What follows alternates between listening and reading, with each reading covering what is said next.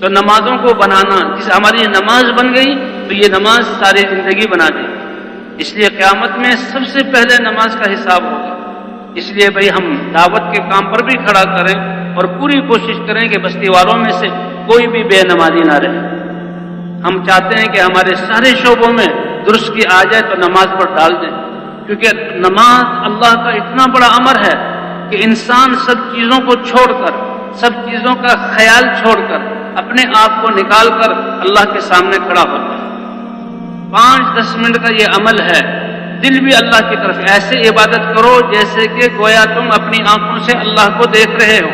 اگر یہ حاصل نہیں ہو سکتا تو اتنا تو ہے کہ اللہ مجھے اس نماز پڑھتے ہوئے دیکھ رہا ہے، تو دل بھی اللہ کی طرف متوجہ، زبان سے بھی وہ کلام جو اللہ نے فرمایا، تکبیر، تسبیحات، قرآن کی قراءت، ثنا، سورہ فاتحہ، اور اعضاء بھی جو ہیں جو پابند ہیں اعمال، اب کھڑے ہونا ہے، اب رکوع میں جانا ہے، اب سجدے میں جانا ہے، اور کان بھی کہ امام پڑھ رہا ہے تو اس کی قراءت کی طرف، سارے اعضاء کو نماز میں اللہ کے حکم کا پابند کر دیا۔ تو یہ اتنا بڑا عمل ہے کہ اب اس کی زندگی میں جتنے بھی اعمال ہیں وہ سارے اللہ کے حکم کے مطابق بن جائیں گے۔ جس کی نماز بن گئی اس کی زندگی بن گئی۔ ہم اپنی زندگی بنانا چاہیں، اپنی اولاد کی تربیت کرنا چاہیں، شعبوں میں صلاح لانا چاہیں تو نماز کی طرف متوجہ کریں۔ ایک شخص ایمان لایا، صحابی بنے، حضور صلی اللہ علیہ وسلم کی خدمت میں، لیکن کچھ پرانی عادتیں تھیں، چوری یا دوسری وہ بھی کرتے تھے۔ صحابہ کرام نے کہا اے اللہ کے رسول، فلاں اسلام میں داخل تو ہو گیا، کلمہ تو اس نے پڑھ لیا، لیکن وہ فلاں کام بھی کرتا ہے۔ آپ صلی اللہ علیہ وسلم نے فرمایا کہ وہ نماز پڑھتا ہے، عرض کیا کہ نماز پڑھتا ہے، کہ اس کی نماز ان قریب ان سارے کاموں سے اس کو روک دے گی۔ اور صحابہ کہتے ہیں ہم نے دیکھا کہ نماز کی وجہ سے اس کو جہاں نماز کا اہتمام کرتا، اللہ نے جہاں اس کے دین کو بہت خوبصورت، اسلام کو بہت خوبصورت کر دیا۔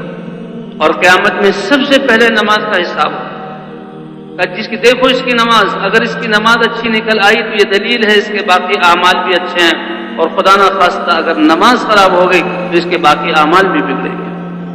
حضرت عمر رضی اللہ تعالی عنہ کسی شخص کے بارے میں کسی علاقے کی ذمہ داری کا ارادہ فرماتے تو اس کی نمازوں کو دیکھتے تھے۔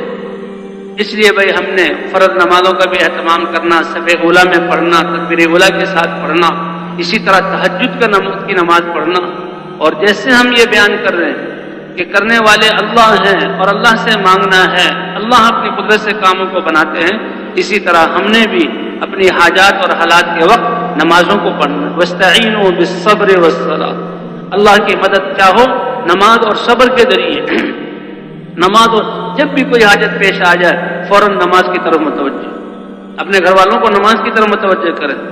نماز ایسی بڑی طاقت ہے کہ دنیا کی ساری مخلوقات اور سارے اسباب، ساری قوتیں جمع ہو کر جن کاموں کے کرنے سے عاجز ہوں، ایمان والا اللہ سے اپنی نماز کے ذریعے وہ کرا سکتا ہے۔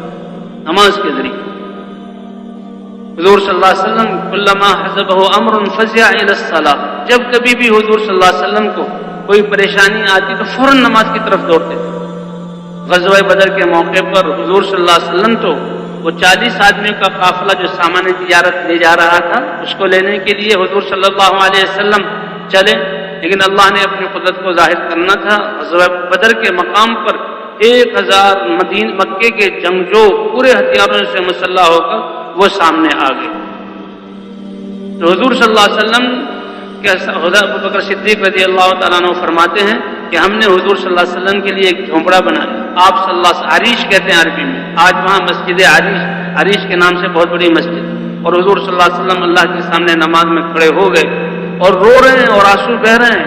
آپ اللہ کے رسول ہیں، اللہ کے حبیب ہیں، سید المرسلین ہیں، آپ کے ساتھ صحابہ کی جماعت ہے، مدد یقینی ہے، لیکن اس صورت میں بھی امت کو بتلانے کے لیے اور اپنا عمل وہ اللہ کے سامنے رو رہے ہیں نماز میں۔ اے اللہ، اگر یہ جماعت تھوڑی سی جس کو میں لے کر آیا ہوں اگر اس کا صفایا ہو گیا تو پھر محنت پر پانی پھر جائے۔ حضرت ابوبکر صدیق اللہ کے رسول بس کیجئے، اللہ نے آپ کی دعا کو قبول کیا۔ تو بھئی ہر حاجت کے وقت نماز کی طرف متوجہ۔